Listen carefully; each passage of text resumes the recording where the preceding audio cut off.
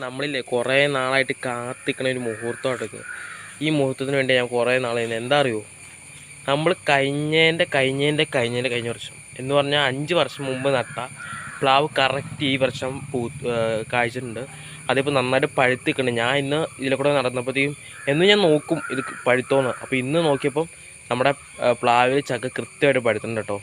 നല്ല മണം ഉണ്ട് കേട്ടോ. നോക്ക്, കാണിച്ചു തരാം. അപ്പോൾ ഇതാണ് നമ്മുടെ പ്ലാവ് എന്ന് പറയുന്നത്. അപ്പോൾ ഇതിനകത്ത് ഉണ്ടായിരുന്നു, കുറേ ഉണ്ടായിരുന്നു. പിന്നെ മഴയൊക്കെ ആയപ്പം കുറേ അങ്ങോട്ട് ചാടിപ്പോയി, കുറേ ഇതിൻ്റെ കായ അങ്ങ് ചാടിപ്പോയി. അപ്പം നമ്മുടെ ഒരു ചക്ക നന്നായിട്ട് കായ്ച്ചിട്ടുണ്ട്. അപ്പോൾ ഞാൻ കാണിച്ചു തരാം. നല്ല പഴുത്ത മണം ഉണ്ട് ഇതിൻ്റെ സൈഡിൽ കൂടെ. ഇതാണ് നമ്മുടെ ചക്ക, ഇതാണ് നമ്മുടെ പ്ലാവ്, ഇതാണ് നന്നായിട്ട് കായ്ച്ചിട്ടുണ്ട്. അപ്പോൾ നമുക്ക് ഇന്നങ്ങ് കത്തി വെച്ചങ്ങ് പറിച്ചെടുക്കാം.